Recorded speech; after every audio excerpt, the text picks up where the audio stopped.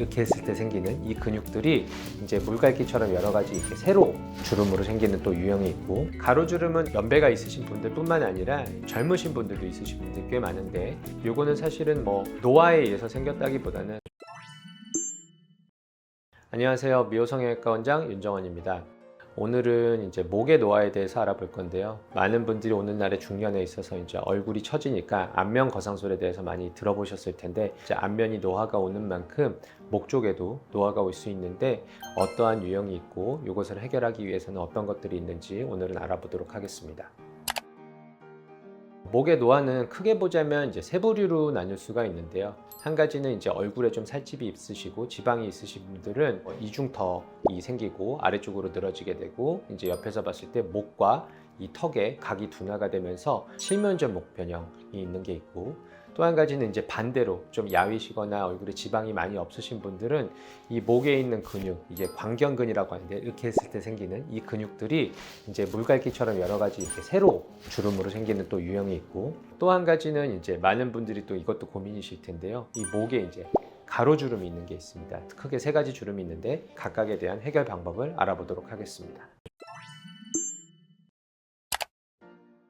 첫 번째 유형은 옆면에서 보면 이 턱과 목의 이제 각도가 둔화돼서 이렇게 닭뼈살처럼 보이는 이제 칠면조 변형인데요. 목 밑에 지방이 좀 축적되어 있고 아래쪽에 이중턱이 형성되어 있으면서 목에 있는 근육의 이제 광견근이 이제 느슨해지면서 아래쪽으로 처진 형태라고 볼 수 있겠죠. 그래서 이런 것들은 안면 거상술을 할 때 이제 이 피부의 연장 절개만으로는 목 밑에 이 처짐을 완벽하게는 해결할 수는 없습니다. 그래서 이 턱 밑에 이제 별도의 한 3cm에서 4cm 정도의 절개가 들어가야 되고요. 광견근을 박리해서 이제 분리를 시켜주고, 거기에 이제 이중턱에 있는 지방을 흡입을 해주고, 그 다음에 광견근 밑에 이제 흡입으로는 뺄 수 없는 지방 조직들이 있는데 직접 절제를 해주고, 그 다음에 광견근을 다시 묶어줘서 목과 턱의 각도를 훨씬 더 예리하게 만들어주는 방법이 있습니다. 두 번째 유형은 이제 첫 번째 유형과 반대로 오히려 이제 목 밑에 지방이 너무 없고 광견근의 윤곽이 훨씬 더 도드라지는 세로주름이라고 얘기하는 변형인데요. 첫 번째 유형과 마찬가지로 결국은 이제 목 밑에 절개를 넣어서 광견근을 아래쪽에서 절제를 하고 위쪽에서 묶어줘서 이제 주름을 펴주는 방법이 있습니다. 위에 말씀드린 첫 번째 유형과 두 번째 유형은 그러니까 목의 절개를 통해서 들어가는 이 수술 단독만으로도 개선이 될 수 있습니다. 수술 시간 1시간 정도면 됩니다.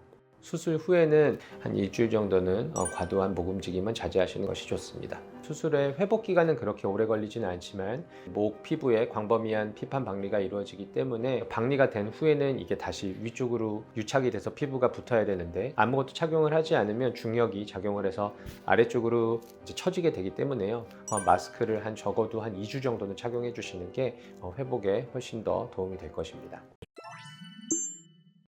세 번째 유형은 이제 가로주름인데요. 이 주름은 사실은 아까 말씀드린 두 가지 유형과는 사실 성상이 좀 다릅니다. 가로주름은 연배가 있으신 분들뿐만 아니라 젊으신 분들도 있으신 분들 꽤 많은데, 요거는 사실은 뭐 노화에 의해서 생겼다기보다는 생활 습관에 의해서 생기는 경우가 대부분입니다. 주무실 때 이제 높은 베개를 주무신다든지, 그러니까 우리가 팔꿈치나 무릎 이런 데 접힘새 부위에 이제 주름이 있듯이 이게 지속적인 접힘에 의해서 접힘새가 생기고 그 부위에 이제 색소 침착이 생기는 건데요. 일단은 잘못된 생활 습관으로 인해서 생기는 생활 습관의 개선이 첫 번째고요. 요것만을 해결하기 위해서 이제 수술적으로 완화를 시키는 거는 사실은 좀 어렵고요. 시술적인 부분, 뭐 필러라든지 뭐 스킨 부스터 아니면은 목 주름을 펴는 이제 뭐 시술 같은 것들로 해결하는 방법이 있겠습니다. 오늘은 목 노화의 세 가지 유형에 대해서 말씀드렸는데요. 이 세 가지 유형은 통상적으로 우리가 안면 거상술을 시행할 때 이 귀 뒤에서 헤어라인까지 연장되는 이 수술 방법 단독만으로는 해결이 되기 어려운 부분이 있습니다. 그러니까 물론 귀 뒤까지 헤어라인을 연장해서 피부를 당겨주면 잉여 피부는 절제가 돼서 어느 정도 완화는 되겠지만, 아까 말씀드린 세 가지 유형에 있어서의 직접적인 영향은 없거든요. 그래서 본인의 목의 노화의 유형이 어디에 속하는지 한번 고민을 해보시고 전문의와 충분히 상담 후에 고려하시는 걸 추천드립니다. 오늘의 영상이 도움이 되셨다면 구독, 좋아요, 알림 설정 부탁드립니다. 미호성형외과 원장 윤정원이었습니다.